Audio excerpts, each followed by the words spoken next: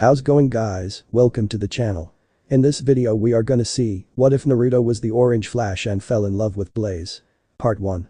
Huge shout out to Hussbek for this story. If you wants to see awesome fanfiction like this, don't forget to subscribe. Now let's get into the video. On a desolate land, one could see craters, kunes, shurikens and other signs of destruction. If you strain your ears, you hear large sounds followed by the earth shaking. If you're wondering what's going on here, then the answer will be war, one that will decide the destruction or salvation of the elemental nations. Currently two men were facing another across the battlefield. Their opponent was none other than Uchiha Madara, who is the progenitor of the Uchiha clan and the reason for the war. He had sealed 9 of the Bijuu within him, with one of them being only half, while the other half is under the possession of his opponents. He seeks to claim the other half so as to complete his plan, which is to use the moon to cast an illusion on the entire elemental nations and to rule as he sees fit, but his opponents won't make it easy for him. Let's take him down once and for all, Sasuke, said a boy with blonde hair. His name is Naruto Uzumaki, a ninja of the Hidden Leaf Village and the Jinchuriki of the Kurama, the nine-tailed fox. He currently possesses the yin half of Kurama's chakra and is currently in his 6 paths mode, which was granted to him by Hagomoro, the first sage of the 6 paths and the surrogate father of the 9 Bijuus. Naruto's body is covered in yellow chakra, a circular design over his stomach. The whisker-like marks are much thicker to resemble a trigram, and 6 magatama are present around his collar. The darker designs give the appearance that he's wearing a bodysuit beneath a yellow coat, and there are 6 black balls floating behind him. The boy next to him silently nodded in affirmation. It's his best friend and former teammate Sasuke Uchiha. He had defected from the Hidden Leaf Village in pursuit of revenge, but had returned to aid the others. He had also met Hagomoro and now possessed the Mangekyo Sharingan in one eye and the Rinnegan on the other. It's not going to be easy, Naruto. Especially since he possesses the power of the Bijuus. Don't worry about that, I just got a trump card for that problem, so all I need to do is get close to Madara team for it to work, said Naruto with a smirk. I hope you know what you're doing. Of course Sasuke, this is me we're talking about. Exactly my point, Sasuke deadpanned at the blonde. Whatever, let's just beat this guy up and then head so that I can have a bowl of ramen at Ichiraku. But that said, Naruto charged forward with Sasuke close behind as they targeted the progenitor of the clan and the cause of the war. Shadow Clone Jutsu. Naruto spawned a few clones that dashed ahead of him with kunai drawn to attack Madara. It's best that you surrender, your death is inevitable, said Madara as he held his Shikujo at the ready before the clones drew close. Then he started defending against the attacks, easily due to the power of the Rin Sharingan. One of the clones stretched out a chakra arm to grab the Uchiha, but it was blocked. Another clone threw his kunai only for Madara to twirl the staff to knock it into the air before grabbing it and throwing it back quickly to dispel the clone. A few more clones attacked at the same time with the Rasengan. Madara quickly used Kamui to disappear from the attack and appear elsewhere only for Sasuke to come in from behind with a blazing Chidori in his left hand and his Tanto in his right. Madara grabbed Sasuke by the wrist to prevent the Chidori from getting any closer and used the Shikujo to block the Tanto. Naruto was coming in fast with a large Rasengan and 3 smaller Rasengan orbiting around it. Take this, planetary Rasengan, shouted Naruto as he launched his attack. Madara swung Sasuke around to use him as a shield, but failed to notice the smirk on the Uchiha's face as he substituted with one of Naruto's shadow clones, who then grabbed on and held him in place as the jutsu made contact and sent Madara flying before he crashed into a nearby mountain. Sasuke moved in to use Amaterasu to finish him off. Madara summoned the skeletal ribsage of Susanoo to block the black eternal flames and formed a skeletal arm to grab him. You are an annoyance, be gone from my sight. Madara threw a black chakra rod which stabbed Sasuke in the chest and tossed him with the skeletal arm to a far distance. Sasuke. Damn it, without him to help me distract him, I don't how I can use it without him being on alert, thought Naruto as he gritted his teeth. Do you have a backup plan, kid? Asked Kurama from within the mindscape. I do, but you're not going to like it. Naruto sent his thoughts to Kurama, who frowned upon receiving it. Are you sure that you want to do this? Doing this both our lives in serious danger and a single slip-up could lead to death. We don't have much options, Kurama, and this could end the war in one shot. Okay kid, just know that we're in this together until the very end. Naruto smiled warmly at the support of his lifelong friend. Thanks partner. He turned to face Madara. Let's do this, Shadow Clone Jutsu. Several clones appeared and charged at Madara again. You're all that is left to stand in my way. Once I'm done with you my Moon Eye plan will be complete, said Madara with a sadistic smile. Not if I have anything to say about it, everyone's counting on me and Kurama so I can't afford to lose. We shall see, fire style. Great fire annihilation. Madara took a deep breath and unleashed a massive blast of fire at Naruto and his clones. Naruto willed the 6 Kurama to float before him, then he melded them together into one, before expanding it to form a shield which the clones took cover behind it right before the fire made contact. Madara dashed forward and went around the shield to launch another attack, only to find neither Naruto nor his clones there. He felt a sudden jolt of pain and looked down to see a fist buried in his gut, which came from a shadow clone, then the other clones quickly followed up with attacks of their own Zu. Makai. Naruto dived in from above with a Rasengan in hand. Naruto Renden plus Rasengan. Shinra Tensei. Naruto and his clones got blasted back from the eye technique and was sent flying away from Madara. Naruto recovered in midair and skidded to a stop and raised his head to see Madara stretching out a hand for his head. "Did watch out, he's trying to use the Diva path of the Rinnegan to draw out your soul." Kurama shouted out a warning. Naruto grabbed the hand by the wrist and quickly caught the other one, which lashed out and held them in place. "You've got to end this quickly, you don't have much longer in this form." "What will you do now, Uzumaki?" "I can sense that your chakra is almost depleted," said Madara. "You're right, which is why I'm going to defeat you by doing this." A chakra burst out from Naruto's back and was holding a slip of paper with seals drawn on it, then it smacked the seal on Madara's chest. Then the seals glowed a bit, then they curled of the paper and infused themselves on his body. "My chakra is going berserk, what did you do to me?" shouted Madara. He felt as if something was trying to tear its way out of his body. "It's a special chakra disruption seal that I made during the beginning of the battle. I had my clones create the seal while I kept you busy throughout. It messes with your chakra, something which is very important for a Jinchuriki. I've given the Biju inside you a chance to escape and there's nothing you can do to stop it." The one thing that he learned from Pervy Sage and his parents is that seals have endless possibilities. He started learning about them after the Jiraiya's death and studied harder after he met the chakra construct of his father. Madara cried out as 8 red tendrils of chakra shot out from his body and into the distance. Those were the spirits of the Biju that just came out. That Uchiha bastard is now nothing more than a hollow husk," said Kurama with satisfaction at finally taking down Madara. "It's over for you." Naruto swung Madara around several times before tossing him into the air. He was about to prepare a Rasen Shuriken to finish him off when he heard the Uchiha yell out. "You little brat. You ruined my plans. If I'm going down, then I'm dragging you down with me." Madara started going hand signs very quickly, then he began to glow brightly. Kurama's eyes widened upon realizing what he was about to do. Get out of there now." He using what's left of his chakra to turn himself into a bomb that will explode over a mile radius. "You have to get a move on," shouted Kurama. Naruto was about to run when his 6 paths mode faded away and he was in his ragged orange jumpsuit. He struggled to his feet and started to run, but it was that the exhaustion from his previous battles had finally taken effect. "At this rate, you won't be able to make it," said Kurama. "Damn it, then what should we do, Kurama?" asked Naruto while still running. "I want you to listen to me carefully." Meanwhile, Kakashi, Sakura and Sasuke, who was healed by the Pinket, were running across the battle towards where they last saw Naruto. "Hurry, we must get to Naruto to help fight against Madara," said Kakashi. Then they heard an explosion and saw white energy spreading out. "What was that?" asked Sakura worriedly. "I don't know, but I hope Naruto's okay," said Sasuke. Then he saw someone approaching them and recognized who it was: Naruto. "Hey guys," said Naruto with a sad smile which confused them. "Why are you looking so down? Surely you were able to beat Madara, right?" asked Kakashi. "Yeah, I did, but the truth is that I'm a shadow clone." Hearing this put shock and fear in the hearts of the members of Team 7. "What happened to the original Naruto?" asked Sakura. After freeing the Biju, the boss was about to finish Madara off when he used a jutsu to self-destruct in order to kill him. The boss was too tired to get away, so Kurama performed a kenjutsu, which would send the both of them to another dimension in order to escape the kamikaze attack, said the clone. "Then surely you will be able to come back, right?" asked Sasuke, but the clone looked away from them.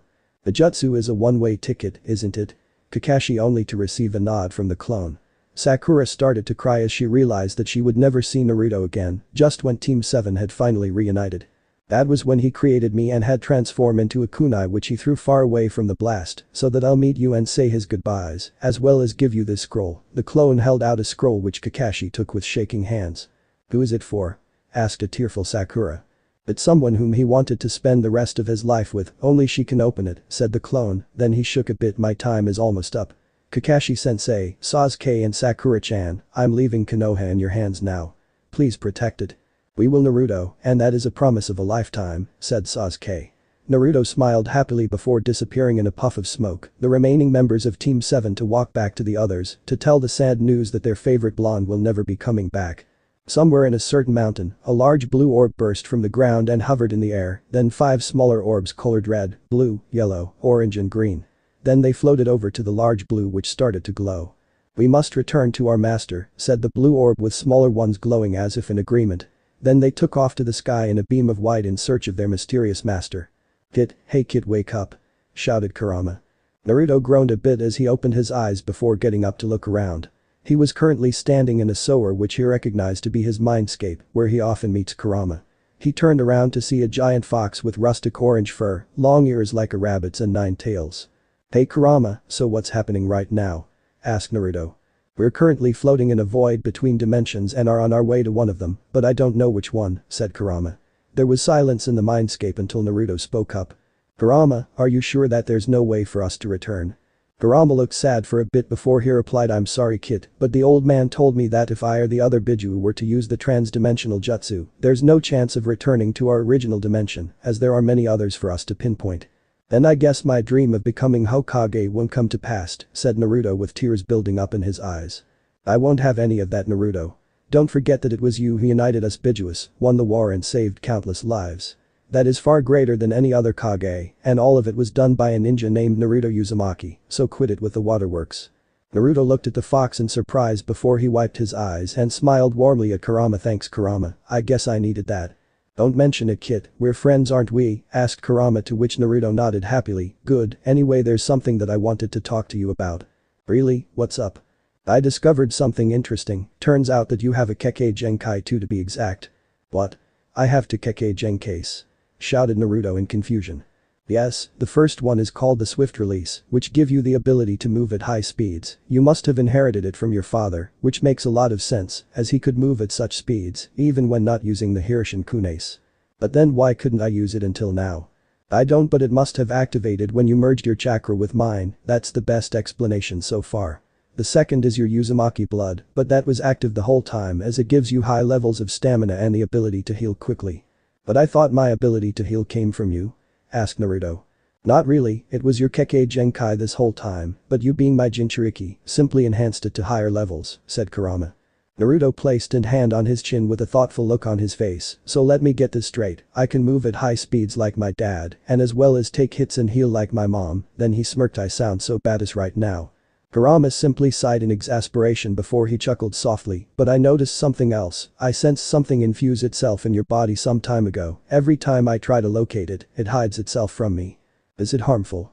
"So far it hasn't done anything bad to your body, but the weird thing is that it had a bit of your chakra before it infused itself in you, and I heard something like 'I have returned to you master,' before I lost trace of it.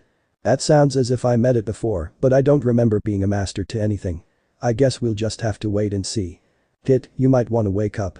It seems like we've arrived, and just to let you know the trans-dimensional jutsu could have certain side effects on the user, so let's just hope that it's not too bad." Naruto simply smiled and waved him off. "Relax Kurama, it's not like I would look a fox that walks on 2 feet." Then he disappeared to find out about this new world that they're in. Naruto opened his eyes, and their first thing he saw were blue skies. Then he slowly got and looked around to find himself standing in a lush forest with animals running around. "Wow, this place is beautiful." Naruto raised his hand to scratch the back of his head, only to notice that his arm was covered with orange fur. Then he felt something waving behind him and turned to see 9 tails wagging. "What the heck?" Seeing a nearby stream, he quickly ran over to look at his reflection. There he saw an anthropomorphic fox with black whisker marks, and his hands were possessing claws that retract and come out upon his command. "I guess that this could be the side effect," said Kurama from within the mindscape. "What do we do now Kurama? I can't go around looking like this. Who knows what kind of reaction we would get if someone sees us like this." Calm down, we'll know what to do when the time comes. I have noticed that your chakra system has been seriously strained due to the constant battle without rest. So I'd advise that you don't use high-level jutsus, Sage Mode, Chakra Mode and even your Rasengan and Shadow clones." "You mean none at all?" asked Naruto. "Well, you can use the Rasengan at half its power, which is without a shadow clone, and you create no more than 5 shadow clones. That's how much your chakra system can currently handle while I fix it." "Got it Kurama, so only quick Rasengan and 5 clones are my limit. Now let's check my inventory." Naruto looked at his forearm and was relieved to see a seal, which is a storage seal to keep his tools and other items. He bit his thumb and swiped a blood on the seal to release the items as they lay on the floor for him to look.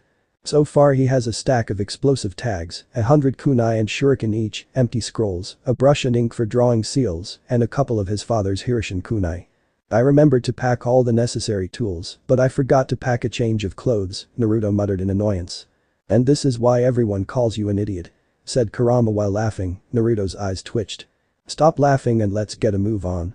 Naruto sealed the items back in the storage seal, but then he noticed a tattoo in the shape of an azure dragon on his other forearm. I wonder what this is, could I have something to do with whatever infused itself with my body? He shrugged his shoulders and started walk through the forest. Along the way, Naruto came across something that caught his interest. It was several golden rings that were floating just a few inches above the ground. He walked over and cautiously picked one of it up to observe closely. He could sense a slight pulse of energy from it. What do you think of this, Kurama? Asked Naruto. I don't know, but I think you should gather more of them, maybe you can trade them for the currency in order to buy the things we need, said Kurama. Naruto nodded in affirmation, then he took out the brush and ink to draw a storage seal on his palm, then he grabbed the rings that disappeared into the seal. How about I try out my dad's swift release as well as get myself back in shape? Said Naruto, receiving a grunt from the fox. Then he crouched low before taking off, leaving a small crater at where his feet were. Music start. Sonic Generations Ost, Green Hill, Modern. Naruto was tearing through the forest to speeds which he had never gone before outside the tailed beast chakra mode, which even surprised Kurama himself. Whoa, this Kekkei Genkai totally rocks, Dad must have had a lot of fun running circles around his enemies all day. Shouted Naruto excitedly. Hey, what's that up ahead? Naruto, a flat panel with endless treadmills on the ground. When Naruto stepped on it, he felt himself thrown forward with a small burst of speed. Whoa, I guess that boosts my running speed for a short time. He kept on running until he came across a cliff face. Smirking slightly, he started running up the wall without applying chakra to his feet and soon felt himself slow down until he saw more of those flat panels which he now calls dash panels. He ran on them to regain the speed lost and kept on going till he reached the top. Naruto ran along the edge of the cliff and there was a gap between it and another cliff. I doubt that I can jump that far. Then he saw a metal ring with a glowing inner rim with 3 plates showing arrows pointing into them. Without thinking, he jumped high into the air and through ring and felt himself launched further until he landed on the other side, and that would be the aerial version of the dash panels. He found himself in a craggy area with 2 mountains on both sides. Naruto was vaulting over the rocky obstacles and soon came upon a ledge too high for him to reach and no dash panels to help him out. Now how do I get up there? Hey kid, follow those trails of rings, said Kurama, who was looking through his eyes the whole time. Naruto followed the trail and came upon a red platform with a blue circle and yellow star in the center, and he could see a gray spring underneath it. Naruto looked up to see more of them placed in different areas and got the idea. Then he stepped on the first one, which bounced him into the air to another one and continued to do so until he reached the top. He started running downhill and heard rumbling from and looked behind to see large boulders rolling behind him. Whoa, a rock slide. He ran faster with the rocks getting closer, then he saw a spring to his left and quickly jumped at it and bounced into the air and away from the rock slide. Phew, that was a close one. Said Naruto, wiping sweat off his eyebrow. You were lucky, kid. If you hadn't used those springs to get away, you would have gotten crushed by those boulders, said Kurama. Now get going, we should be close to a town or city from what I'm sensing. Okay furball, I got it. Naruto took off again, not before hearing Kurama grumble about being called a furball. Music end. Along the way, Naruto was getting used to the swift release and even created a few moves with it. Then he finally skidded to a stop in front of a cliff which was overlooking a city next to the ocean with boats floating through beeps within it. Naruto also saw people walking on the streets wearing clothes that are different from the ones that the civilians from his own dimension wear. Wow, this place looks so beautiful and it's close to the sea. It kinda reminds me of the land of waves, don't you think so, Kurama? Asked Naruto as he enjoyed the view. I have to admit it, kid, it certainly does. Now you should go and gather information so that we can find out where exactly we are and how things are done in this dimension, said Kurama. Sir, yes sir, said Naruto with a mock salute. Then he jumped off the cliff and skidded down the wall until he reached the bottom and walked towards the city. As he walked along the streets, he noticed people were giving him looks but was surprised that he didn't sense any trace of negative emotions with his sensory abilities that he got from Kurama.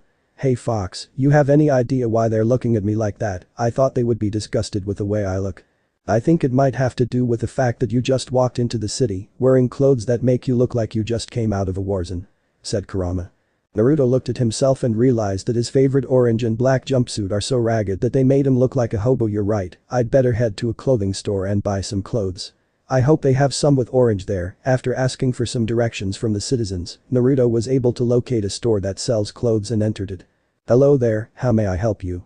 asked a man who's standing behind a counter. "Hello sir, I was hoping to buy some clothes here since my old ones are much too ragged," said Naruto. "Of course, feel to browse through our collection and when you're done, you can complete your purchase here with rings. I guess those rings are a form of currency around here, it's a good thing that you collected a lot on the way here," said Kurama with Naruto nodding in agreement. After looking through the clothes, Naruto came wearing an orange and black flak jacket with multiple pockets and a hoodie with the zipper open, black cargo shorts with red flames, and orange high-top sneakers with dragon designs on it. Naruto was able to salvage some stuff from his old clothes which were his headband, ninja pouch and his kunai holster which he wore with his new clothes. Naruto headed back to the counter and paid for the clothes, which was a cost of 500 rings before he left walk around the city. He walked by a shop and saw a brochure that caught his interest. Maybe this will give us some information. He took one and read it for a while. He read that he was in a city called Solana, which is a constitutional monarchy with an economy dominated by tourism and precision machinery. They worship a sun god who goes by the name Solaris. The brochure also states that the city falls under the rule of Princess Elise. Hey Kurama, it also says that there's an event called the Solana Sun Festival, where the citizens give their thanks to the sun by honoring the sun god Solaris, and it's going to be held tonight, plus the princess will be there as the main attraction. Think we can hang around and see it? Asked Naruto mentally. Well, since you humans celebrate an event once every year, I don't see any harm in it, said Kurama. Come on buddy, what could possibly happen? Said Naruto with laugh. What he didn't was that he was in himself into the craziest adventure with certain people whom he'll form a bond that will last a lifetime. Naruto was hanging around the city and enjoying the sights while waiting for the night in order to take part in the Solana Sun Festival. Walking through the streets, Naruto saw what looks to him as puppets made of metal patrolling the street with the letters written GUN on it. The surprising thing is that they aren't controlled by a puppet master and no chakra strings attached to them. I think no one in this world possess any chakra, I guess we're the only ones, said Kurama. Maybe they use their advanced technology to make up for the absence of chakra, I guess, said Naruto, looking at someone holding some sort of screen the size of a tablet and pressing the screen with his finger as it made different sounds. Suddenly his nose picked up a familiar scent which made him drool. Could it be? Please let it be so. Naruto dashed off at high speed while tracking the scent. After running through the streets, he skidded around a corner and came upon a sight that made him cry tears of joy, and Kurama groaned in exasperation. 10 minutes later, he was sitting in front of a noodle stall, eating his 10th bowl of ramen, much to the shock of the chef. Wow kid, you really love noodles. Of course, ramen is the food of the gods that can even transcend dimensions. I need my faith in it wasn't misplaced. Said Naruto with sparkles in his eyes. Seriously kid, if you don't die on the battlefield then I'm sure you would die from overeating ramen, said Kurama seriously, you should try eating other foods. Well I do, but to me ramen will always be my #1 favorite, thought Naruto. After eating 3 more bowls, he paid for the ramen and turned to leave, but he stopped and looked behind with a smirk, just to let you know, then he spoke in a deep voice, I'll be back. The chef simply stared and had one thought in mind, that he should stock on ingredients when he does come back and eat at his stall. Hey Kurama, what do you think the princess is like? Asked Naruto, who was currently on top of a tall bell tower and enjoying the view of the city. She must be a good ruler, judging by the way the city is flourishing, and I don't sense any negativity with my emotion sensor, said Kurama. Anyway, there's something that I want to ask you, so could you come in here?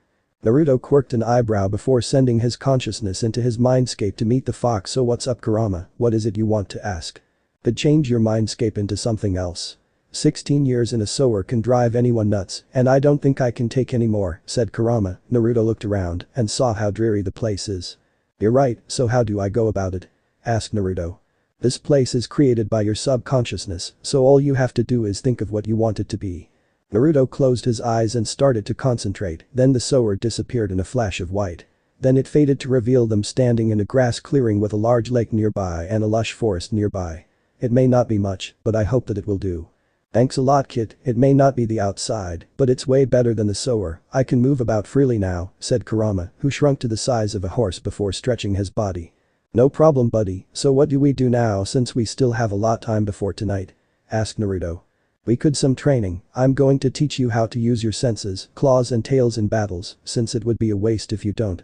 You could integrate your claws and tails into your already unpredictable fighting style to perform maneuvers to confuse your opponents, and your fox instincts would help you detect enemies among other things. By the time Kurama had finished talking, Naruto already looked raring to get started on his training. Well, what are we waiting for? Let's this show on the road.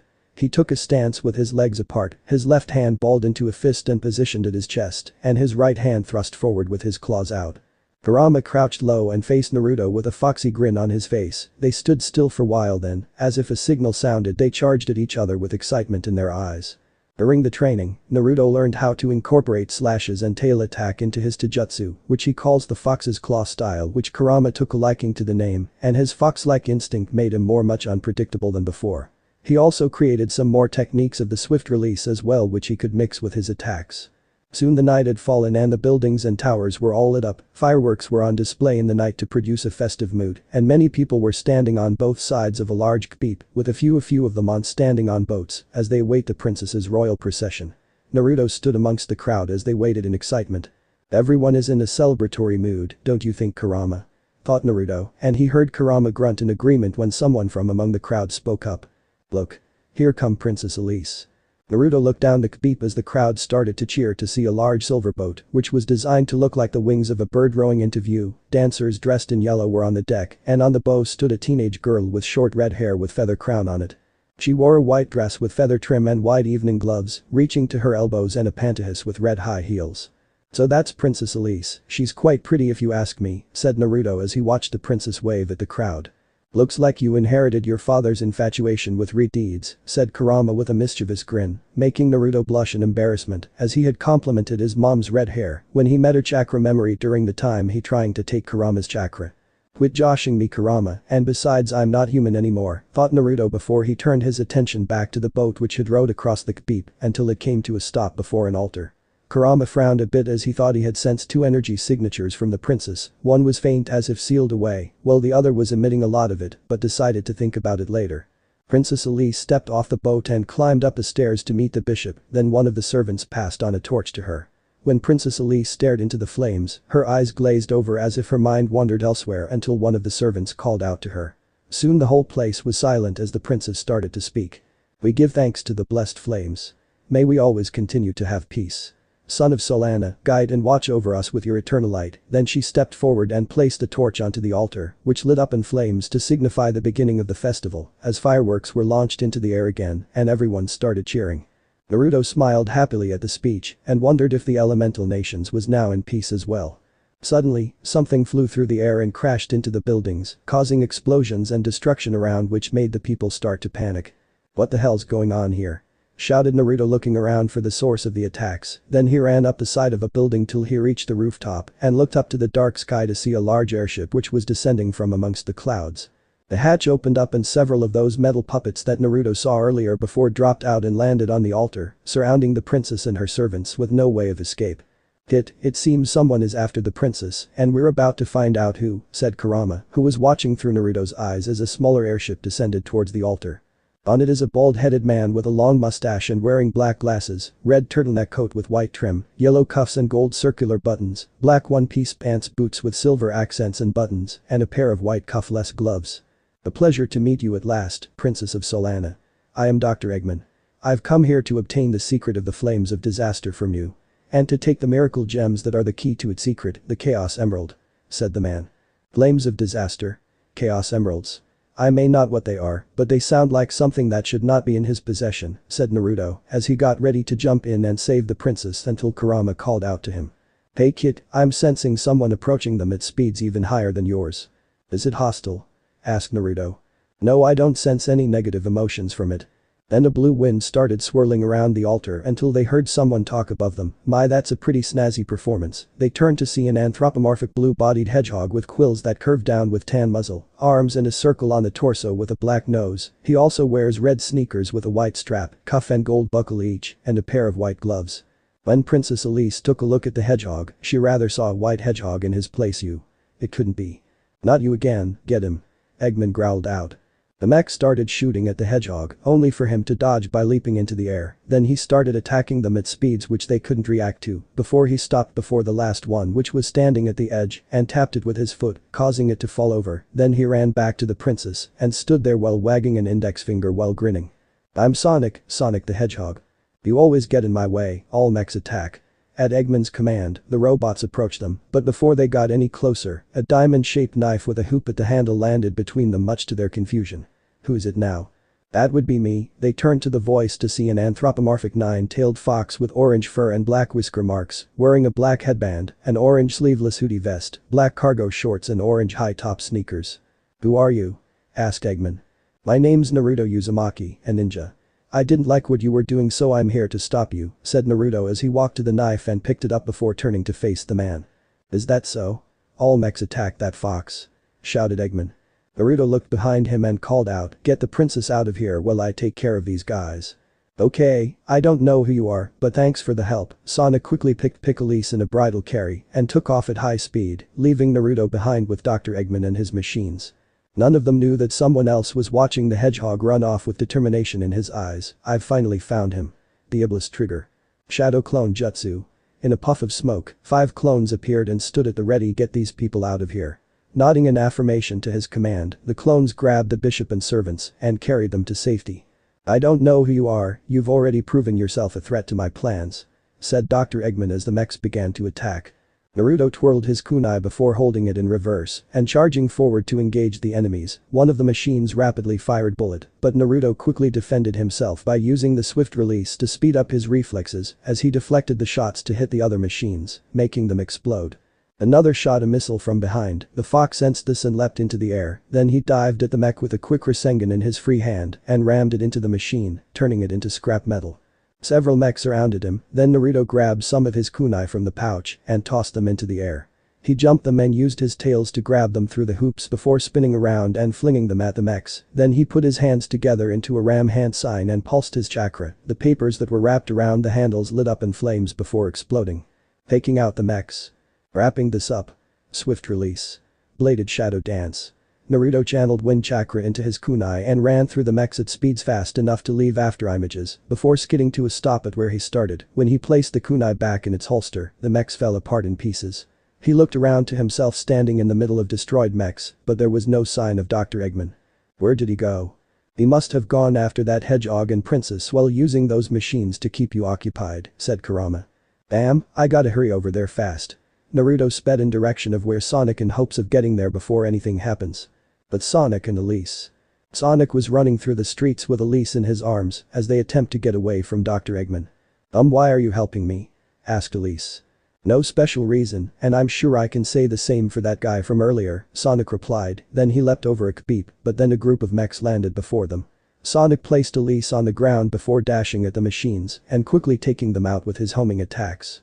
But then he heard Elise cry out and turned around to see her being grabbed by a mechanical arm that's attached to Eggman's ship, which started to ascend towards his larger ship. "Sonic, take this." Elise wiggled an arm out of the machine's grip and threw a blue gem towards Sonic, who caught it. "I got it. And don't worry, I'll rescue you," said Sonic. Then someone landed next him and saw that it was the fox from earlier. "You mean we?" said Naruto with Sonic nodding in affirmation. "I know," said Elise. "HMPH, it's only a matter of time before it's mine. Until then, you can hold onto it for me," said Eggman. Then he turned to face Naruto, "And I'll deal with you later." Then they watched as the doctor entered the ship with the princess before it flew away to who knows where. Sonic turned to face the nine-tailed fox. "So you're ninja, huh? You wouldn't happen to know a chameleon by the name Espio?" "'Cause he's a ninja too," said Sonic. "Nope, I don't know anyone by that name, but I'd sure like to meet a fellow ninja," said Naruto, becoming interested in how ninjas operate around here. Then he noticed the gem in his hand. "What's that you're holding?" Kurama was also interested as he could sense high amounts of energy coming from it. "This is a Chaos Emerald that Elise gave to me before she was taken away, so that Eggman wouldn't get it." "The Chaos Emerald?" Naruto looked confused. "You don't know what a Chaos Emerald is?" asked a surprised Sonic and received a nod in return. "Well, no one knows they came from, and they've been around for several millennia, but there are 7 Chaos Emeralds of different colors that contains mystical properties and contain unlimited amounts of chaos energy. Each one contains unlimited power, but when one combines all 7 emeralds, he gains ultimate power and unlimited." Naruto and Kurama stood there with shock on their as it almost sounds what would have happened if Madara had fused all of the Bijuu together to form the Juubi, something he was able to stop before it happened. "Many times, Eggman had been going after the emeralds to rule the world with me and my friends to stop him. There are times when I use the power of the emeralds to transform into a super state to fight him. But after using all the 7 emeralds, they would normally scatter themselves, so you'll have to search for them again. It must some kind of failsafe to prevent someone from using it repeatedly," said Kurama with a thoughtful look. It seems that the Chaos Emeralds isn't the only that he's after. I overheard him mention something about learning the secret of the flames of disaster from Elise, so we'd better hurry and rescue her before anything bad happens, said Naruto. No problem, this will be done in no time, said Sonic before smirking at Naruto. Think you can keep up? Naruto smirked back at the hedgehog. I should be asking you that question. Hehehe, you and I will get along just fine. Let's juice. Both Sonic and Naruto sped off in search of clues to where Eggman may have gone to in order to rescue Princess Elise. It was now daytime in the city of Solana. Sonic and Naruto, with the help of his shadow clones, were running around asking people for information about the whereabouts of Eggman's ship. So far they were only able to gather bits and pieces from the citizens. Right now they're at a fountain to talk about what they've learned so far. I've gotta admit, you're pretty fast on your feet. You and I will have a race one of these days after we give Eggman a pounding, said Sonic with a smirk. Sure thing, I'll be looking forward to it, said Naruto with a foxy grin. He found a kin in the hedgehog for their love for speed and the heart to help people. So let's find out what we've learned from the citizens so far. From what the clones and I have gathered, majority of the citizens say that they've seen Eggman's ship fly in direction of the seaside, said Naruto. The same here, there's a gateway to Wave Ocean. It can transport us there in no time, said Sonic. Alrighty then, lead the way. The two speedsters were about to run towards the gateway when they heard a voice which sounded familiar to Sonic. Sonic. They turned to the voice to see someone running towards them, which caught Naruto and Kurama's interest. He is a yellow-orange anthropomorphic fox with two tails. He wears a pair of white gloves and socks with gray fasteners and a pair of red sneakers with white toes and gray soles. Hey Tails, long time no see, said Sonic with a smile. It's great to see you too, said Tails happily. Then he turned his attention to Naruto, who gave a silent wave. Who is that? My name is Naruto Uzumaki, a shinobi or a ninja to be simpler, said Naruto. My name is Miles Prower, but my friends call me Tails because of my two tails, though I see that you have more tails than me. That's because I'm a nine-tailed fox, but it's nice to meet a fellow fox, said Naruto with a smile while waving his tails. It's nice to meet you too, said Tails. Then he turned back to Sonic. I've heard that you tried to save their princess from Dr. Eggman. Yeah, I did, and Naruto showed up to help out, but old Eggy managed to get to her and escape, said Sonic. Not only that, he kidnapped the princess to learn about some sort of secret to something called the Flames of Disaster and control it while using the power of the Chaos Emeralds, said Naruto. The two of you are going to rescue her, right? Let me help. Whatever plans that Eggman has to do with those things can't be a good thing, said Tails. Sure thing Tails, with your help this will be a piece of cake, said Sonic with a thumbs up. Then he turned to Naruto. Tails has always been helping me out on my adventures, so I always know that he's got my back, plus he's your go-to guy when it comes to technological stuff. Okay then, let's head to the gateway which will take us to Wave Ocean. They say Eggman's ship had been sighted there, said Naruto. Okay, I'll do my best, said Tails. Then they took off in direction towards the gateway with Naruto and Sonic running, while Tails was keeping up with them by spinning his twin tails quickly, which made him fly in the air much to Naruto's surprise. Whoa, how did you do that with your tails? That's so cool, said Naruto with stars in his eyes. Tails felt a bit embarrassed from how Naruto was looking at him. Well, I always knew how to do it ever since I was younger. I wonder if I can do the same thing too, thought Naruto. It won't work, Naruto, especially since you have too many tails. They'll end up getting entangled and you crashing on the ground, said Kurama. Darn, and here I thought that I would be able to fly. You forgot that you can already fly. Yeah, but that's when I'm in the 6 paths mode, and right now you're fixing my chakra coils. I forgot to tell you that since you've unlocked the 6 paths mode, you can fly in both the chakra mode and Biju mode. I can't wait to try them out. The trio kept running until they came to one of the ports. Tails pointed across the water to a large cliff wall. The gateway to Wave Ocean is over there, said Tails. Naruto looked to see a hollowed-out cave, and inside it is some sort of shrine that holds a large mirror, which was displaying the image of a beach. Once we pass through the mirror, it will teleport us there. Alright guys, let's go. Sonic saw a trail of rings leading to the other side. He jumped towards the rings and quickly dashed along them to the other side while collecting the rings. Tails jumped into the air and flew over. Swift release. Shadowless flight. Naruto leapt into the air and dashed to the other side while leaving behind afterimages till he landed at the entrance with the others. That's a pretty slick move, it's just like my jump dash, said Sonic looking impressed. Thanks, it's part of my abilities and I'm still training with it, said Naruto. Anyway, let's get going. With that, the trio jumped into the mirror and found themselves floating through a void tunnel until they reached the other side. Exiting from the tunnel, Naruto and the others found themselves standing on a cliff that was overlooking a tropical beach with large bodies of water and small islands scattered around. Tails flew high into the air to get a better scope of the area before descending to the ground. The whole place is overrun with Eggman's mechs, but I didn't see the egg carrier anywhere. We should split up to cover more ground, that way we can find where the princess is kept, said Sonic. Add in busting up some mechs, and we'll call it a plan, said Naruto with a smirk which was mirrored by Sonic. Sure thing, Tails and I will go in this direction and you will go in the other direction. Sonic took off down the cliff wall and jumped onto a nearby spring which bounced him towards an island. Good luck Naruto, said Tails before flying off to follow Sonic. Alright then, let's go save the princess, said Naruto with a smirk. Like always, said Kurama. Music start. Sonic the Hedgehog asked, wave ocean the water's edge. Naruto leapt off the edge of the cliff and started running down the cliff wall before running on the water, with chakra channeled to his feet till he reached an island. Upon reaching the small island, he had a whirring sound and looked up to see a squadron of Eggman's robots descending from the sky towards him. Naruto simply smirked and took out a kunai which he channeled chakra into it. Let's send these walking hunks of metal to the scrapyard. Then he dashed towards them all the while deflecting the metal projectiles which he now knows as bullets with the kunai. He slashed through all of the mechs as they fell apart before he continued onwards. He stepped on a dash panel which launched him forward as he ran through a loop before speeding on the water to nearby pier holding a spring. He bounced on the spring towards a horizontal bar that was held up by the vertical poles, spinning on it several times before letting go to send himself flying into the air to land on an upper ledge, but he was greeted with more of Eggman's robots, except these ones seemed to be designed after crabs and they're holding some glowing orange balls. I wonder what those balls are about, wondered Naruto. One of the robots threw the ball at him, but he jumped away just as the ball exploded. I guess that answers my question, so here's my reply. Naruto took out an exploding tag and wrapped on the handle of his kunai and was about to throw it when Kurama spoke up. Hey kid, throw the kunai at that oddly colored robot among the group, said Kurama. Naruto looked amongst the robots and saw that only one was colored red, while the rest were white. He threw the kunai at it, resulting in its destruction which in turn caused the rest to explode as well. It seems like the red one was the leader, so when you destroyed him, it also led to the destruction of the rest, said Kurama. An army without a leader will fall into disarray. I guess it really works, said Naruto, then he continued onwards.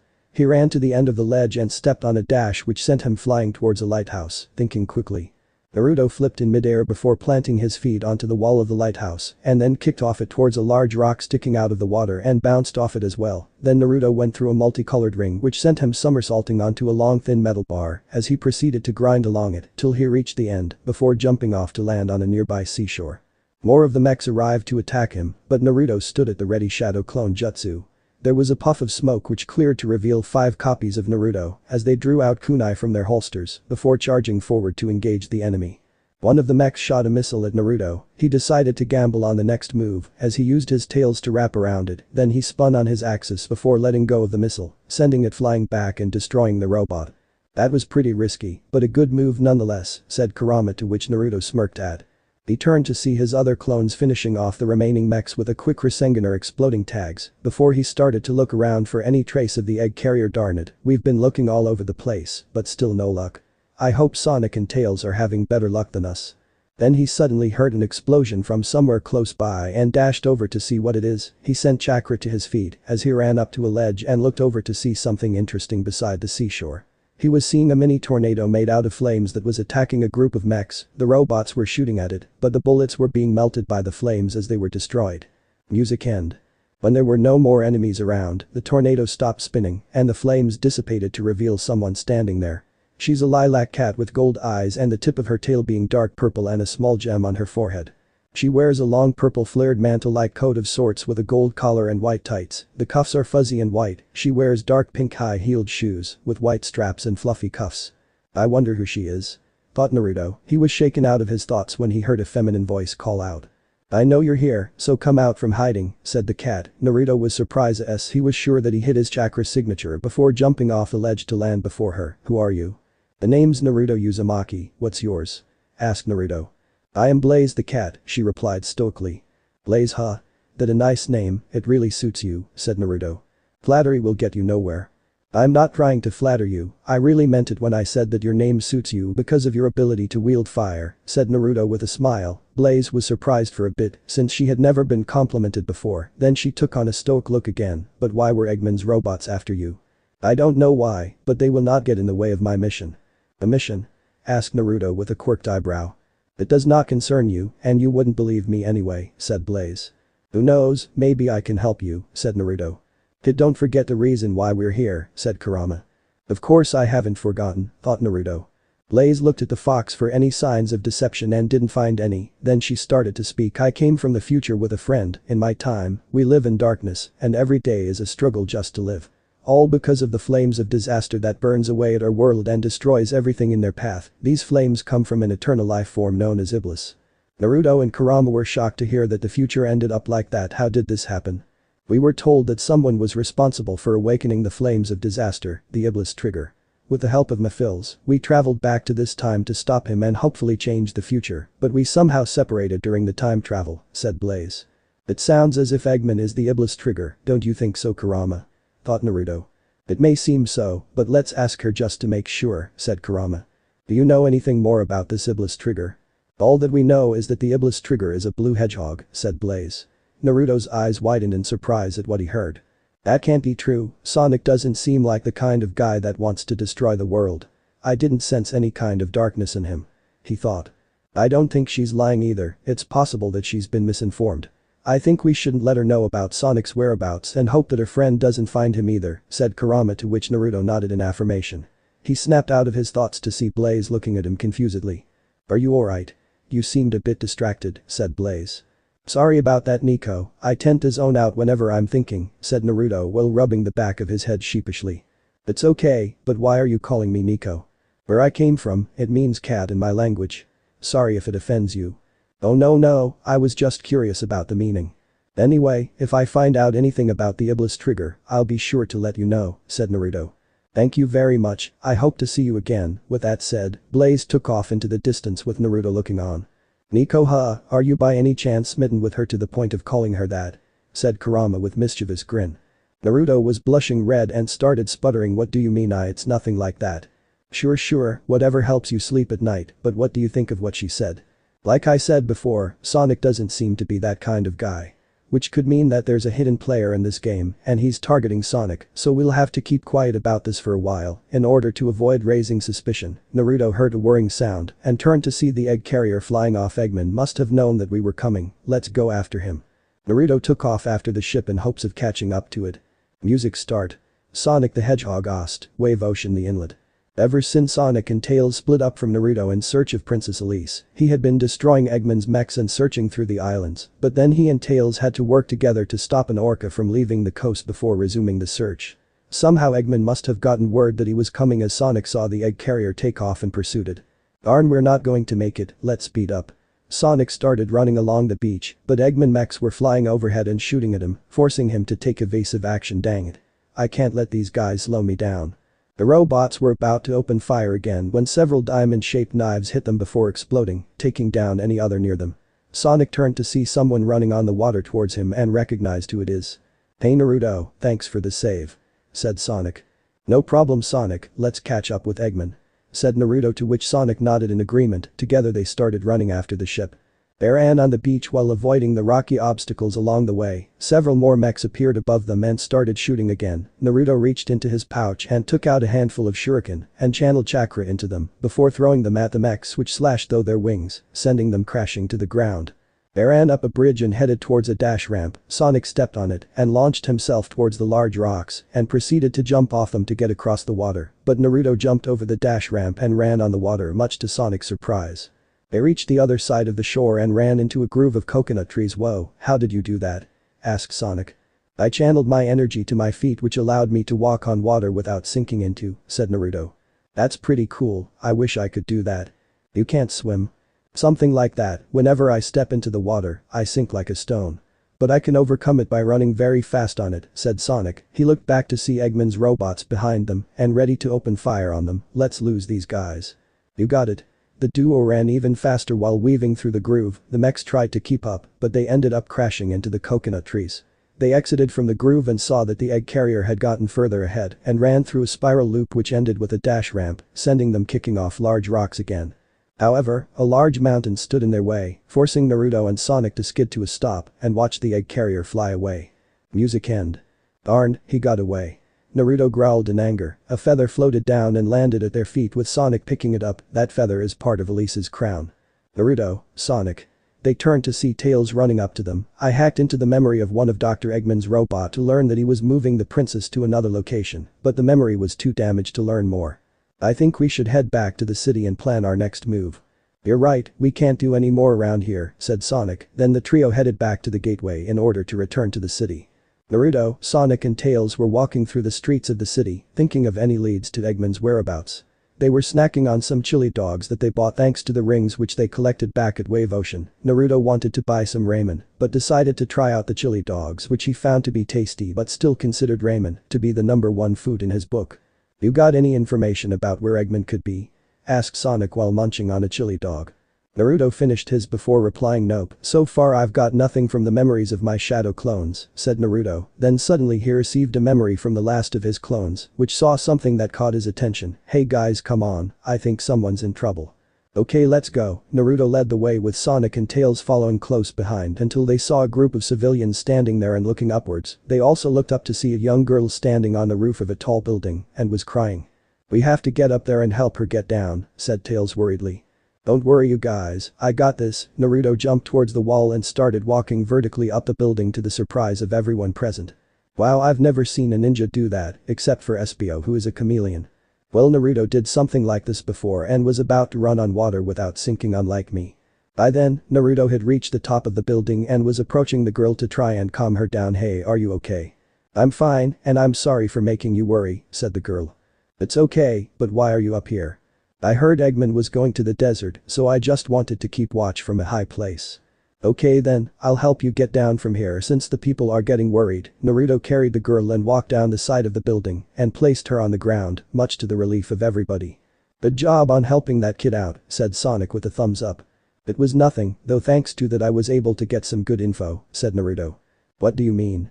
Asked Tails. Turns out that Eggman was last heard moving towards the desert. Got any idea where exactly? That sounds like the dusty desert. I'll show you the gateway, said Tails before running off with Naruto and Sonic close behind. Meanwhile, Princess Elise was sitting in the room of an old ruin in the desert, thinking about the words her father told her before he died. You're a good girl, Elise. Remember to be brave and don't cry, no matter what happens. She was startled out of her thoughts when a wall near her collapsed and saw 3 figures walk through the newly made hole and recognized them to be Naruto and Sonic, with a 2-tailed fox who peeked out from behind and waved at her. Mr. Sonic and Mr. Naruto. Elise happily ran over and hugged Sonic. No need for the mister as it makes us feel kind of old, are you okay? Said Sonic. I'm so glad that you came, said Elise. We promised that we would save you, and when we make a promise, we will definitely keep it, said Naruto, smiling with Sonic nodding in agreement. But you always do, said Kurama with a smile. Sonic, Naruto, we've got trouble, said Tails. Naruto and Sonic immediately stood in front of Princess Elise protectively to see Eggman standing before them with a large black and red dog-like robot with a red antennae and a visor, which opened up to reveal a single red eye. It looks like some pesky rats have stuck their nose where it doesn't belong. Well, a hedgehog and 2 foxes to be precise, said Eggman. It can't be helped, we foxes tend to be quite curious sometimes, said Naruto with a smirk, Kurama grinning as well as Tails giggling a bit. Well, it doesn't matter, the princess is mine until I unlock the secret of the flames of disaster, and you 3 will serve as an early breakfast for my pet. Eggman turned to the giant robot egg. Cerberus, attack. Cerberus unleashed a loud howl and charged at them. We've got to get out of here. There's not enough room to fight it here, said Tails. Naruto quickly took out a kunai with an exploding tag and threw at the wall behind them, which blew up to reveal another hole. Come on, this way. Naruto ran through the hole with Sonic carrying Elise and Tails flying behind them. They were running through the halls of the ancient ruins and could hear Cerberus chasing them from behind. They went round a corner to find themselves at a dead end. It's a dead end. Naruto stepped forward and held his palm out. Don't worry, Tails, when you can't find a way, then you make one. Then blue energy started to form into a spinning ball and he charged forward and slammed it into the wall, completely destroying it. They went through to find themselves standing in an arena. Looks like we've got enough elbow room to play with Eggman's pet, said Sonic setting Elise down. Tails, you protect the princess while Naruto and I deal with Cerberus. You got it, Sonic, said Tails as he flew over to Elise. They heard a loud roar and turned to see Cerberus break through the wall and was growling at them. Music start. Sonic the Hedgehog asked, boss. Egg Cerberus and Eggenesis. Let's go. Sonic and Naruto with him getting ahead first. Cerberus stood on its hind legs and brought its forelegs down on them. Sonic quickly darted out of the way, while Naruto did a backflip before jumping into the air, where he formed a quick Rasengan and dived at it, ramming the attack on the visor. But the jutsu only inflicted so much as several scratches before Cerberus shook its head and sent Naruto flying and landing on his feet. Damn it, the quick Rasengan won't be able to do much damage on that metal mutt. Kurama, can't I use my true Rasengan yet? Thought Naruto. I'm repairing your chakra coils as fast as I can, just give me more time. Now pay attention, that metal dog is coming at you. Said Kurama. Naruto snapped out of his thoughts to see Cerberus charging towards him swift release. Shadow dance. He dashed forward while weaving through its legs and appeared at the other side, confusing Cerberus who had lost sight of its target and was looking around. Sonic saw this as a chance and dashed forward, then he grinded up on Cerberus's tail and leapt to grab the neon road which is its antennae. This caused a machine to freak out and buck around like a wild horse with Sonic holding on. Sonic, make it run into something. Tails shouted out. Sonic heard him steered Cerberus right into a wall, jumping away into the air before the impact and landing beside Naruto who gave him a thumbs up. Good move, that dealt a lot of damage, so let's keep this going. Said Naruto. Cerberus got up and shook its head before it turned and growled angrily at the speeding duo, then it charged at them and tried to bite them.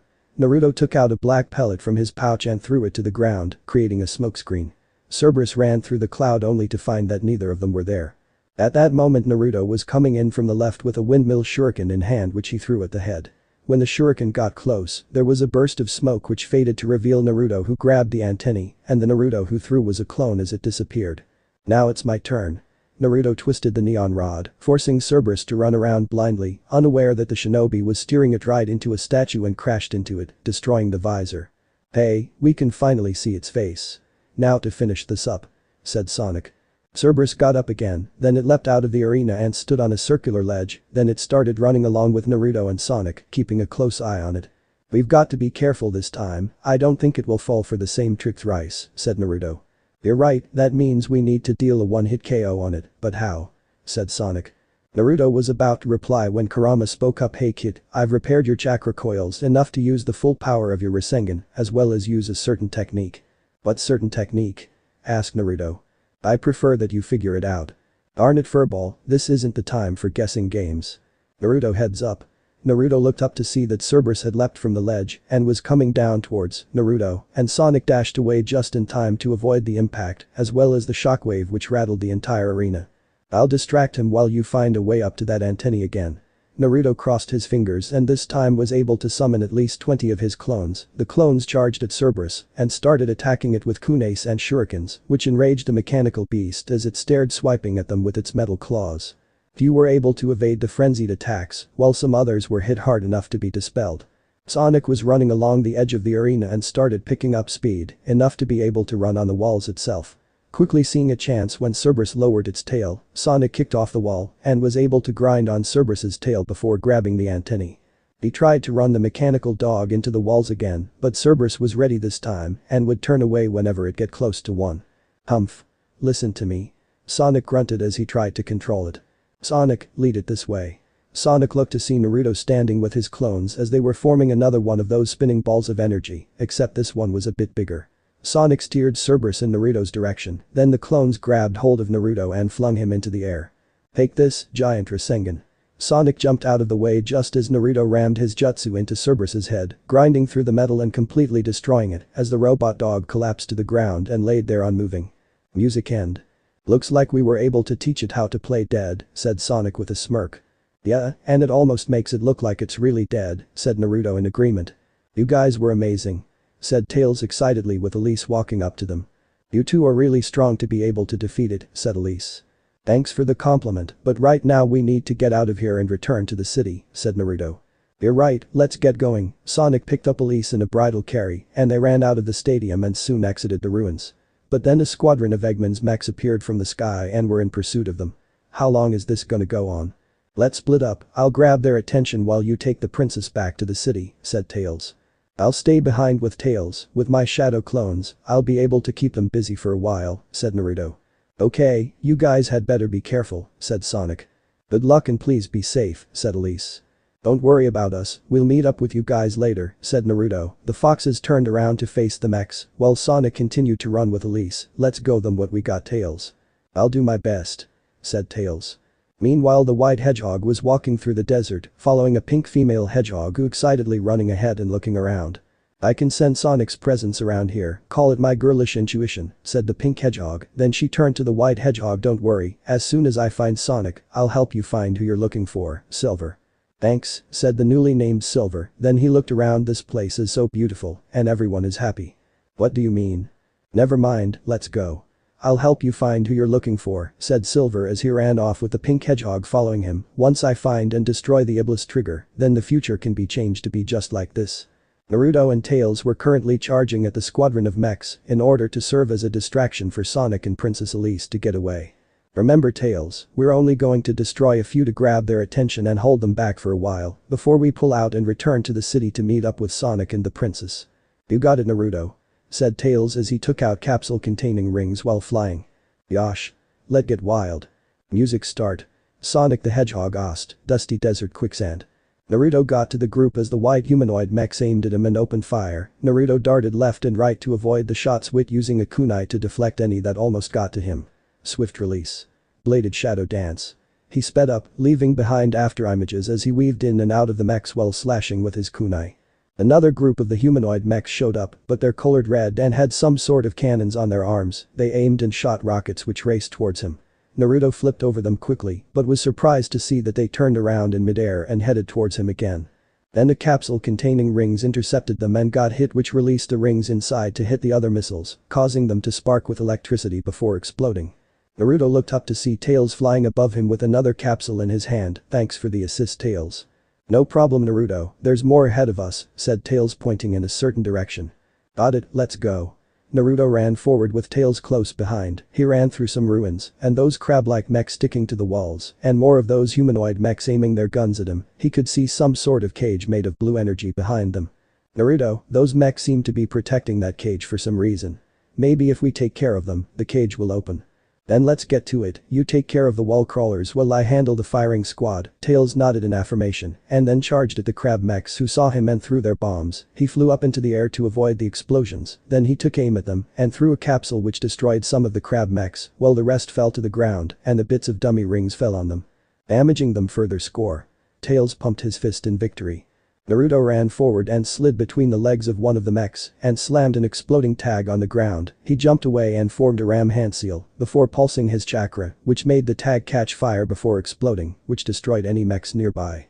Then the cage opened up to reveal a spring. They bounced off it to reach higher ground and kept on moving until they ran into a fleet of robots that are built for flying. Naruto threw chakra-infused shurikens at them, while Tails did the same with his dummy rings to bring them down. They reached the edge of the ruin and there was a bottomless pit in the middle of the path and there was no wall for Naruto to use and he couldn't jump far enough. Tails flew above him and called out, Naruto, grab on, I'll carry you over to the other side. Naruto jumped and held onto his hands as they flew over the pit and got to the other side before Tails got too tired to continue flying. Thanks for the lift, said Naruto with a thumbs up. Suddenly a mech appeared from behind and was about to attack Tails. Tails, watch out. Naruto threw a kunai at the mech, only to realize that it wasn't a regular one. He felt a slight tugging within himself, and the next thing he knew was that he stood in between Tails and the mech. He quickly reacted by slamming a Rasengan into the mech, destroying it. Naruto looked at the kunai he threw, which is a Hirshin kunai, and realized what he just did.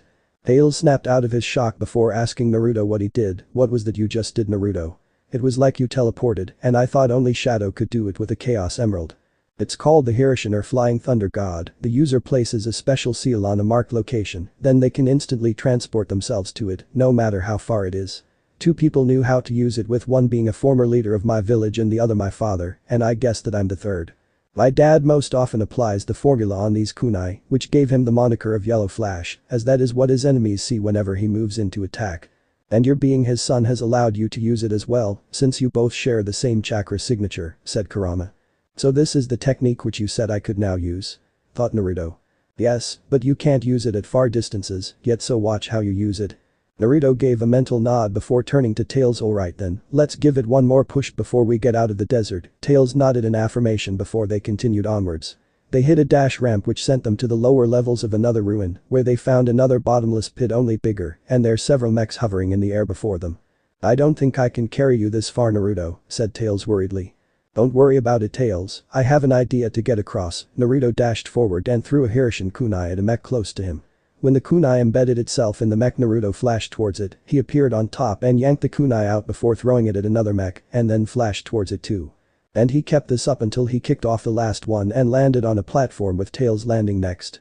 In front of them stood a mech which was very different from the ones they've dealt with so far. This one looked like a golem with huge fists with yellow circle glowing at the chest. The golem aimed its fists at them, then they shot out of its joints and raced towards them. Naruto placed a palm on one of the incoming fist and vaulted over before making a straight dash at the now armless mech, only for it to twist its upper body around while shoot machine gun rounds, forcing Naruto to use shadow dance to evade. Tails provided support by throwing a capsule of dummy rings at the mech which didn't do much damage, but the electrical surges slowed it down. Naruto jumped back and held his palm to form another Rasengan. Then he jumped into the air and slammed it into its energy core, causing it to explode. Music end. I think that's most of them, said Naruto as he dusted his hands. Yeah, and there's more heading towards us. Tails pointed at a squad of Eggman's mechs heading their way. Looks like we finally got their attention. Sonic and Elise must be long gone by now, so now it's time for us to make our way back to the city and meet up with them. Naruto crossed his fingers and formed two shadow clones. You guys know what to do. They nodded before forming a hand sign as they transformed into carbon copies of him and Tails before taking off with the mechs. My clones will keep them busy while we get out of here. Okay Naruto, let's go. Tails flew off towards the city with Naruto running next to him. Soon the two foxes had finally arrived back to the city. Tails split up with him, saying that he wants to check something out in another part of the city and said that he would meet up with them later. Naruto was walking along the street in search of his fellow speedster and princess when he saw Sonic running nearby and he looked serious. Naruto ran up to Sonic and called out to him, "Yo Sonic, what's going on and where is the princess?" "Oh Naruto, well you see. When we got back to the city." Flashback start. Sonic and Elise were walking back to her castle when he suddenly sensed something heading towards them. He quickly carried Elise and jumped away just as cyan-colored aura struck where they stood. "I've been looking for you. You're the Iblis Trigger." They turned to see Hedgehog float down to the ground. He is light gray with white fur surrounding his neck and tan skin. He has two large spines at the back of his head, while at the front of his forehead, there are 5 distinct spines flared up and back, with the 2 final ones covering up most of his ears. He wears white gloves with gold cuffs and circular aqua symbols and white, navy and aqua boots with gold cuffs. Your actions will condemn us all. Sonic stood in front of Elise to protect her. "Who are you?" "My name is Silver and for the future of the world, I will destroy you." I have no idea what he's talking about, but I'd better defend myself, thought Sonic as he engaged this mysterious enemy. He learned that this hedgehog has the power to move objects around him with his judging from the fact random stuff are launched at him whenever the palms of his hands glow and he waves them around. However, with his speed, Sonic was able to avoid the attacks as well as wear him down with several hits. Soon Sonic had beaten Silver to his knees and was approaching to ask what he was talking about earlier. Hey. Silver quickly got up and used his psychokinesis to send Sonic flying into a wall, incapacitating him. Then he walked and looked down on Sonic who was trying to get back on his feet. "Humph, is this a joke? How could someone like you cause the destruction of our world?" "What are you talking about?" asked Sonic. "It doesn't matter, for the sake of the future the Iblis Trigger must be destroyed." Silver raised his hand to strike the final blow when they heard Elise cry out. They turned to see that Eggman had shown up again in his ship with Elise in his clutches and was getting away. "Elise, wait." Sonic got up and tried to run after them, but got knocked down when Silver used his psychokinesis on him. "Don't you dare turn your back on me. It's time I finally put an end to this." Silver was about to strike again when they heard someone say stop and stood in between them. Both hedgehogs recognized who it was. "Amy?" said Sonic in surprise. "Get out of my way, Amy. This is my mission," said Silver. "Absolutely not," said the pink hedgehog adamantly. Sonic got back up to his feet and looked at Amy. "Thanks Amy, I appreciate it." Then he ran in the direction he last saw Eggman. "Leave it to me," said Amy. "Don't worry Elise, my friends and I will definitely save you," thought Sonic as he ran. Flashback end. "And that's what happened. I just don't get why he keeps calling me the Iblis Trigger," said Sonic. "Well, back at Wave Ocean, I met a girl whose name is Blaze. She said that she and a friend of hers came from the future and that their world was destroyed by the flames of disaster whom they also call Iblis," said Naruto. "I'm sure that hedgehog is the friend of the cat," said Kurama. "Then why are they targeting me?" asked Sonic. "Someone told them that you were responsible for releasing the flames into the world, something that I believe is a lie," said Naruto. "You're right, it rather sounds like something that Eggman would do, which makes it very important that we save Elise before that happens," said Sonic with Naruto nodding in agreement. "Oh no, this is terrible. The duo turned to the voice and saw a man in a black suit, wearing a top hat and a monocle on his left eye, and he was pacing around looking clearly distressed. Sonic and Naruto walked to know what's bothering the man. "Excuse me sir, but is there something the matter?" asked Naruto. "Indeed young sir, Eggman's mech have appeared in the new city and I need to let everyone know right away," said the man worriedly. "Don't worry, we'll take care of it," said Sonic with Naruto nodding in agreement. "Thank you kindly." Naruto and Sonic took off, they to the northeastern side of the city, where they came upon the large gate which was open for them to gain access to the new city. They were about to pass through when Sonic's bracelet beeped and they could hear Tails' voice through it. "Sonic, can you hear me? Knuckles wants to see you. Head to the town's warehouse." "Who's Knuckles?" asked Naruto curiously. "He's another good friend of mine, he possesses great strength but also a short temper, so be sure to watch out for that," said Sonic with a smirk. "Got it, let's go." Then they passed through the gate and found themselves running through the tall buildings of the new city. "First things first, we need to find and destroy Eggman's mechs." He summoned a shadow clone who ran up the side of the building to scope the area, then it puffed into as Naruto received its memories. "Eggman's mechs have been spotted at the warehouse. That's where Tails and Knuckles are waiting for us, let's clean up and meet with them," said Sonic. They ran towards the warehouse area near the docks. When they reached the walls surrounding the place, Naruto and Sonic easily jumped over it with no problem. There they saw Eggman's mechs moving around. "Let's go, Shadow Clone Jutsu." Naruto summoned his clones as they charged in and proceed to destroy the mechs with their techniques, with Sonic not far behind with his homing attacks and spin dash. Soon enough they were standing among scrap metal with not a robot functional. "Naruto, Sonic."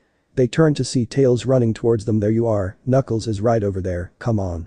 They followed him to the other side of the warehouse where they saw someone standing there.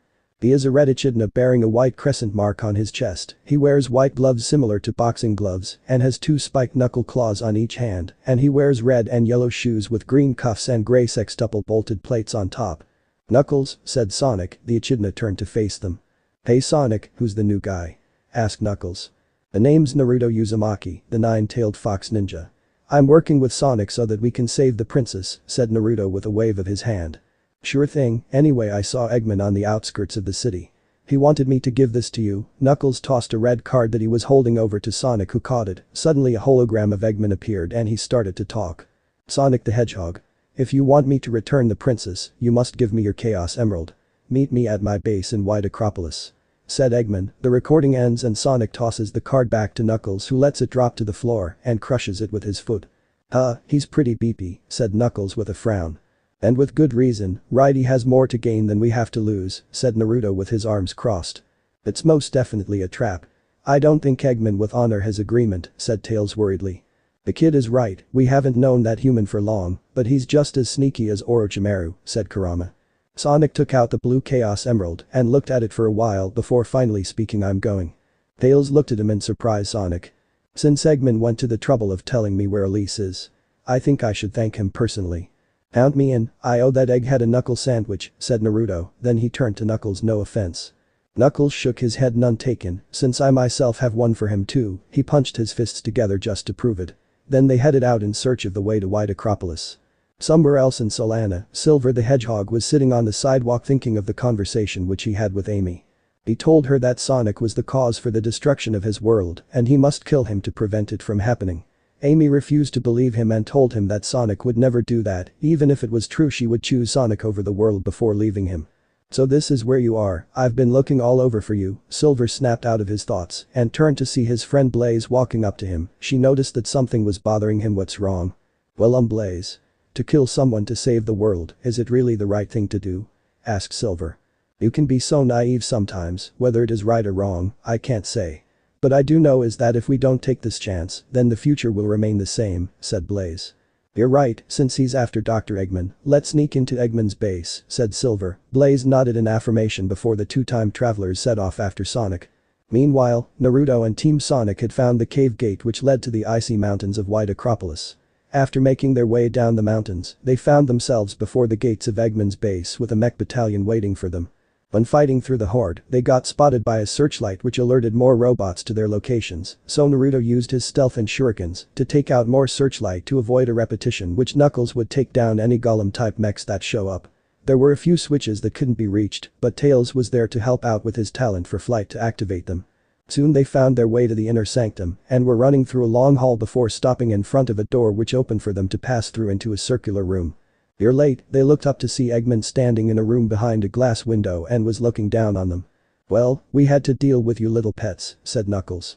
"And they were quite rude, you could have taught them manners you know," said Naruto with a smirk which was shared by Kurama. "You're just as annoying as Sonic," Eggman growled in anger. "Where's Elise?" asked Sonic. "My, aren't we impatient," Eggman reached over and roughly pulled Elise into view. "Sonic, Naruto!" shouted Elise. Sonic and the others got ready to fight while Naruto crossed his index and middle fingers in preparation to create some shadow clones. You better not move," said Eggman with a smirk. "Now, the Chaos Emerald." Sonic held it out for him to see. "Now place it there." He points to a pedestal which rises from the floor. Elise shakes her head as if telling them not to do it, but Sonic walks over and places the emerald on it and it went back into the floor. Naruto's eyes narrowed when he saw Eggman smile evilly and press a button. Suddenly a pink force field generated from the ceiling and surrounded Sonic and the others, much to their surprise. What? Tails was looking around confusedly, then Knuckles moved up to the force field and punched it, only to get knocked back. "Let me give it a try, Knuckles," said Naruto as he formed a Rasengan in his hand. He slammed it into the force field, but it still held strong against his attack. "Damn, I knew that we would walk into a trap. But we never expected this." "It's no use, it's too powerful for you to overcome," said Eggman. "Now allow me to introduce to you my latest creation. This is the Solaris prototype." Elise let out a gasp while Naruto narrowed his eyes when they heard the name Solaris. "Isn't that the name of the sun god? What is he talking about?" Eggman chuckled evilly as he walked to the other side of the room and pulled the lever. "With this machine, I'll be able to control the flow of time itself." The machine started to suck them upwards. Naruto and the others tried to resist, but the suction was too strong and they were pulled into the vortex and force field disappeared with them. Elise leaned against the window as she saw them vanish without a trace. "Rest assured they're not dead yet," said Eggman. "They've just been teleported by my glorious invention to another time. Who knows where they'll end up? It could be the distant past or far future. But my machine still requires some fine-tuning. In fact, what my machine needs in order to be complete is your power." "My power?" asked Elise. "Yes, I can finally complete my plans. Now that I have the Chaos Emeralds and you," Eggman pointed at her, "the Princess of Solana. That's all I need to revive the flames of disaster. And with its power, I will be able to control everything and rule the world. So, you would be wise to remain on my good side." He walks off, leaving Elise to look back at the room her new friends once were. "I hope you're all safe, wherever you are," Elise thought with hope that they would come back.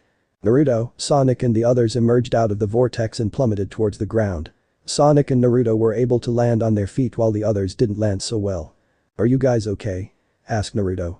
"Yeah, but I feel a bit dizzy," said Tails as he slowly got up to his feet and started to look around. "Where are we?" "I believe the right question is when are we? Doesn't the room look familiar?" said Naruto. Tails took another look around. "You're right, this room looks the same as the one we were in before." "Naruto, they're two strangers approaching, but they have no ill intentions," said Kurama. "Oh, look who's here. I didn't expect to see you guys," a feminine voice spoke out. They turned to look up a ledge to see two figures there. One is a white female bat with her muzzle and torso somewhat tan, and her wings are colored dark purple. Her short white hair flares out to the back and she wears powder blue eyeshadow as well as pink lipstick. She wears an attire of black chest-high jumpsuit with pink heart chest plate, elbow-long white gloves with pink cuffs and high-heeled white boots, also with pink cuffs. Naruto looked at the other and could have sworn he was Sonic's twin, except that he was a total contrast to the blue speedster. He is a black hedgehog with red stripes in his quills, with 4 of them pointing upward, while the 2 point downwards, and he has 2 spines on his back and a small tail. He wears white gloves with black and red tongued cuffs, his shoes are white with black heel regions and soles, and what seems to be red strips of metal on the rear and front of the bottom of each shoe. What Naruto noticed the most was the rings on his wrists and ankles. "He seems to be holding back a lot of power within himself, almost like it was sealed away," said Kurama. "Rouge and Shadow." Tails said the names respectively as they, excluding Naruto, were surprised to see them here. "Hi. Long time no see. And who happens to be the handsome grown-up fox with you?" asked Rouge, Shadow looking at Naruto with a hint of interest. "This is our friend Naruto, he's a 9-tailed fox ninja," said Tails. "A ninja, huh? I'd like to see how sneaky you can be." Rouge gave a flirtatious wink which made Naruto blush, and he could hear Kurama laughing at him.